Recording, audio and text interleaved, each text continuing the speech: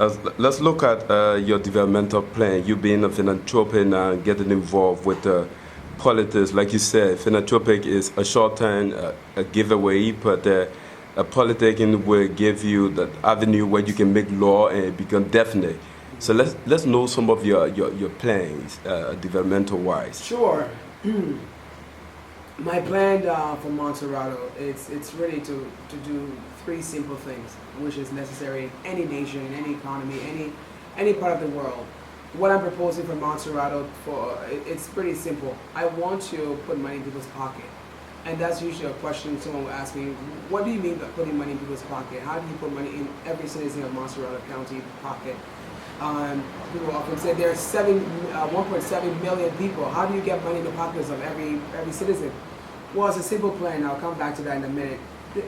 Besides helping create a better economy, putting money into people's pocket, I also want to see to it that I'll put our children in school. Education, especially today, is extremely critical.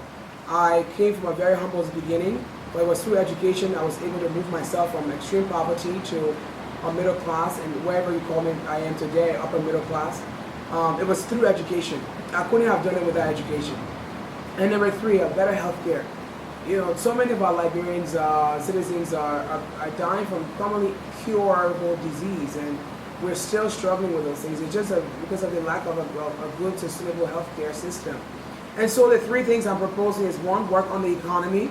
Number two, put our kids in school. It's imperative that all Liberian children are in school. And number three, just help jumpstart a good healthcare system. So those are the three things I want to do. And with regards to boosting or revitalizing the economy, today there are no jobs in Montserrado. The citizens are, people are just trying to make ends meet, living on less than $1 per day. That's no way to develop any nation. And Montserrado is pretty much like Liberia, because Montserrado has half the population living here in the county. Liberia has a 4.7 million inhabitants, citizens, and you have 1.7 of those, 1.8 living in Montserrado County. So it is the most populated county in the country. And my plan for helping the economy or revitalizing the economy is really diversifying our sectors, our industries, and going out to the world and inviting investors to come and invest in our markets. We have so many opportunities for investment in Montserrado County alone. Just leave the rest of Liberia for now and let's focus on Montserrado. We gotta get people to work. We gotta get the citizens to work. No one who's not working can earn. And in order to earn long-term sustainable income, we gotta get them working. So we gotta, create suitable documents detailing every investment opportunity we have in Montserrado County, whether it's agriculture, it's aquaculture, it's fishery, it's whatever it is. It's ecotourism. We have got to detail the value of those investment opportunities, go across the world and sell Montserrado County, send invitations out to bring investors who are looking to invest in new markets. You have high-risk investors. Liberia is still a very high-risk environment, and we know that. We know that it's a small market, it's a high-risk market, so we are not going to get the top investors running to Montserrado right up front, but we will have investors who are already taking high risk in developing countries and looking for smaller markets. We will get them here to invest in our country or in our county, and that's my number one plan for helping to, in order to revitalize the economy. The second thing is education. Education is imperative. I'm so in shock that we take education so lightly in Montserrado County. I don't think one child should be left out of a schoolhouse. As long as you're between the ages of 3 to 18, you must be in an academic setting. And government, we should work for our people to provide access to education, because it's everyone's human rights. This is not an option where government can say, oh no, we're not going to have school. We must have school.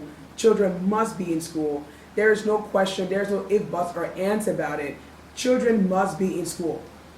So my plan to establish free education across the county is to identify the government schools around the districts, around the county.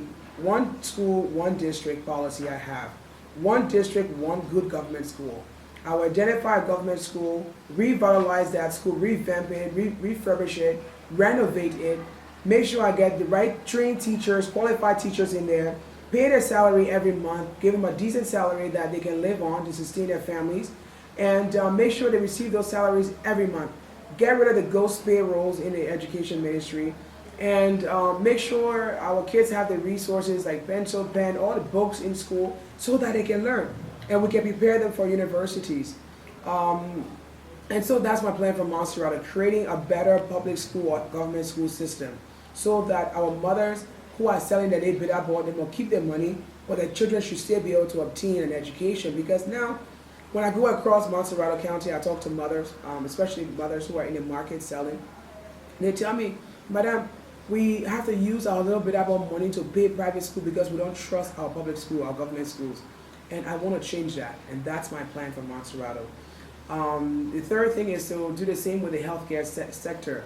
Identify clinics that we can work through in each district so that people are not jumping across districts to get the social services they need, but creating a local healthcare center that will provide treatment. If someone comes in with a curable disease or illness, they get a basic treatment. I'm doing it right here in my district. It works, and we can do it across every district of Montserrat County. These are the three things I want to do over the next 90 days of my administration when I'm elected as a senator of Montserrat County. Yes, of course, people argue and say that is not a role of a senator. A senator is supposed to oversight, and push bills and approve appointments, those basic things. But if you're a good senator, you look out for the better interests of the people. You go and lobby for resources that that you're not getting from government. If government has a budget shortfall, you have to have a lobbying power, not just domestically, but internationally. Call on your international partners to come in and assist the county, not just to go in the house and lobby within the house, and if nothing is doing in the house and nothing is doing in your county. Well, I have a lobbying power internationally. I have the contact, I have the investors. They are very interested. So I know all of these things are going to be accomplishable within the first 7 months of my administration. So I look forward to moving Montserrat in the right direction through building a stronger economy, getting our young people into school, and making sure our So, Madam Cooper, let's get to know from you. How is it like with these elections, moving around in the rainy season, 17 electoral district in Montserrat? What's the response? How is it happening? Well, from the moment I was petitioned, I've gotten really, really, really great feedbacks from the communities and the different groups. Since the petitioning, when I was approved as an official candidate to participate in the elections, in the by-elections for Montserrat senatorial seat, people have not stopped coming to my residence, first of all, and so going around the 17 electoral districts. People were saying, well, you're an easy candidate to sell because your name is a household name across the country. And we follow you during the last elections. You were the only female that participated amongst 19 men.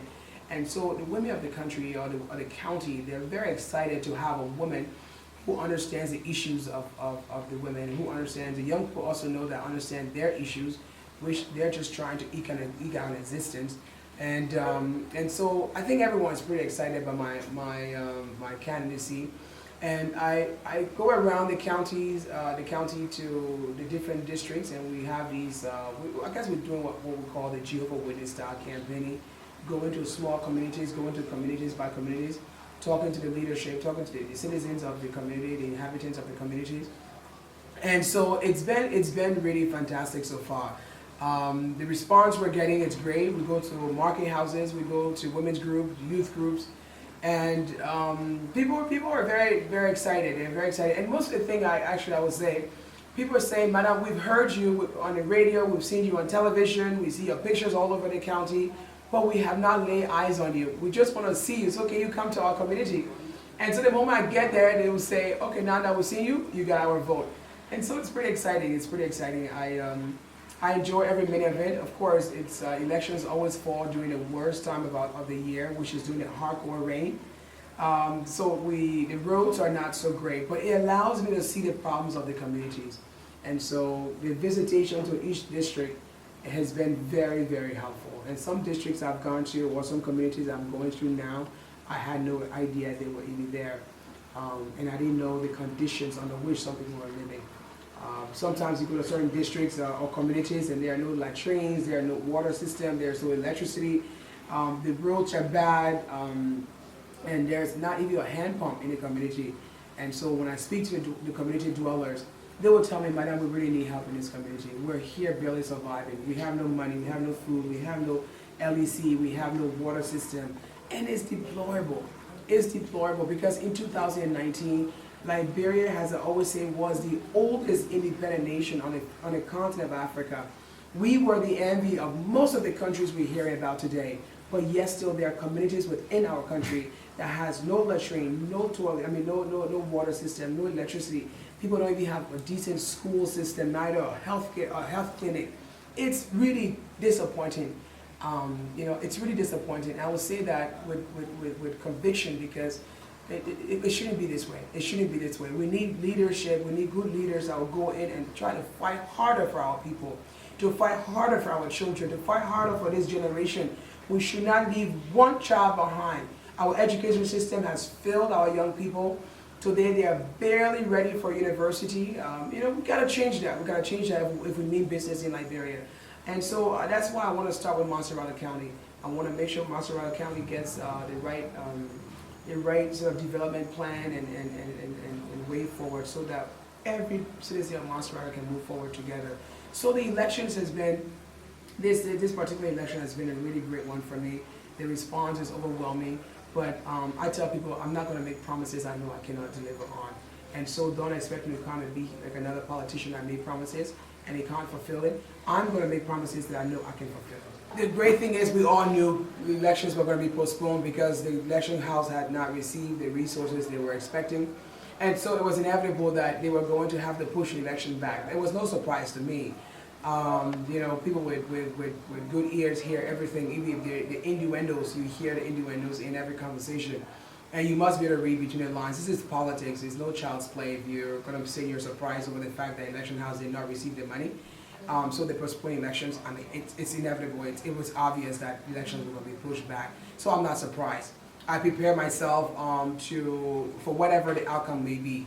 If the election would have stayed from Monday, my team and I were ready to go. If the election would have been moved backwards, we were ready to continue campaigning, which to me, I always see positive in every situation anyway. And so I'm excited that elections were pushed back because number one, it gives me more time to talk to the voters. It gives me more time to go and visit those groups I couldn't visit because I had such a short window to visit the districts. Yes, it becomes more expensive, but that's just the reality of campaigning. Campaigns is expensive. Like I said, I repeat, it's no child's play. You've got a budget, you got a plan, you got to have some backup plan. So we got an extra week or two. The election commission have not fully disclosed the next date. At least I haven't heard it, but I'm okay with it. I'm okay with it actually.